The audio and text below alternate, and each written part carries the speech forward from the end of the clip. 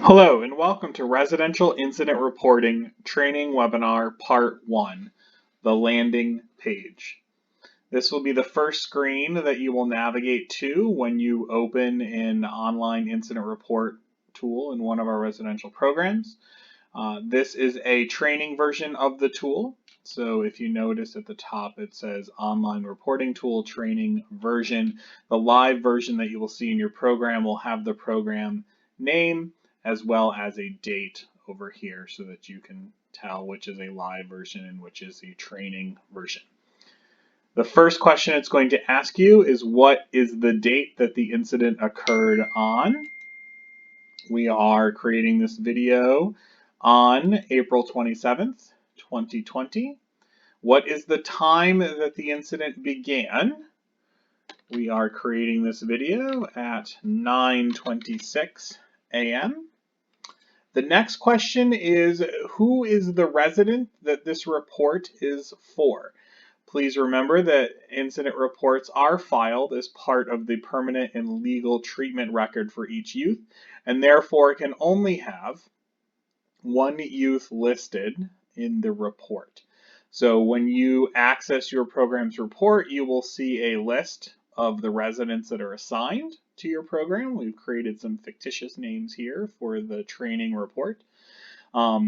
If this is a staff-only report, which we'll get to in a second, you would click NA staff only, but otherwise you would click the name of the youth for which this report is written about. If there are other youth involved in the incident, which sometimes happens, you must file multiple versions of the report. The report can only be filed for one child at a time, and if you reference other youth within the report, please reference them anonymously by saying either a peer or a resident. Only one name can appear in the report. So we are going to file a report for Kylo Ren. Involved staff. This includes all staff members who were involved in the incident. It might be one, it might be two, it might be three, it might be more. But you will list the staff involved. You must list full names, first and last, no initials. So if you do not know the name of your coworkers, this is a great opportunity for you to introduce yourself.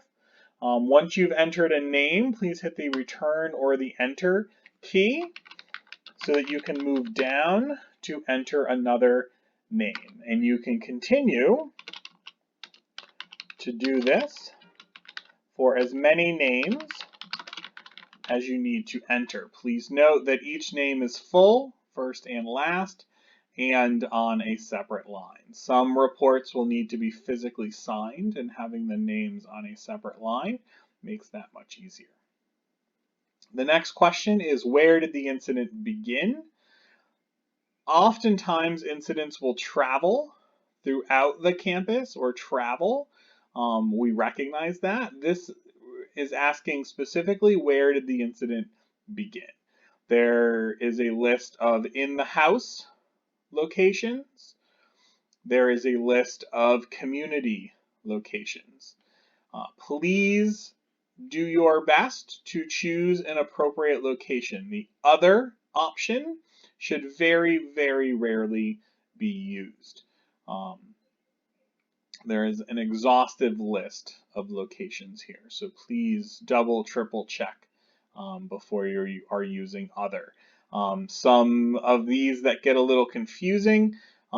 So if you are on the playground, either at Mill Pond or at the cottage, if you are somehow in the yard but not on the playground, van or vehicle, this applies to transports.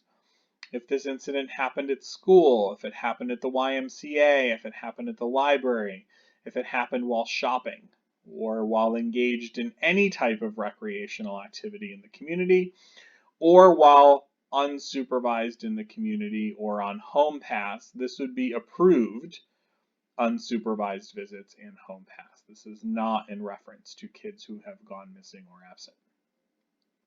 The next question is report level. It will always be initial report. This is the option that is checked when a report is first filed. The review option is for managers and clinical staff only when they go to review reports that have already been submitted. And then the last question is, what is the type of report that you are filing? Resident conduct reports are low-level behaviors, primarily verbal behaviors, refusal to follow directions, refusal to follow routines, swearing, sexualized comments, specific behaviors that the treatment team is trying to track over time. General incident, these are the majority of the reports that will be filed. Restraint, escort, or seclusion, anytime that we physically manage a staff or physically manage a youth using a safety care restraint, a safety care escort, or whenever we seclude a resident into either their room or into a timeout space, restraint, escort, seclusion report would apply. Whenever a youth runs from the program, whether they go missing or absent, that report would apply. And then when they return from being missing or absent, that report would apply.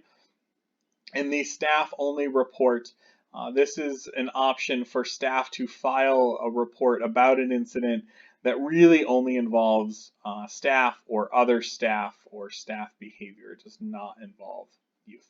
So again, this is the main landing page that you will get to whenever you file a report.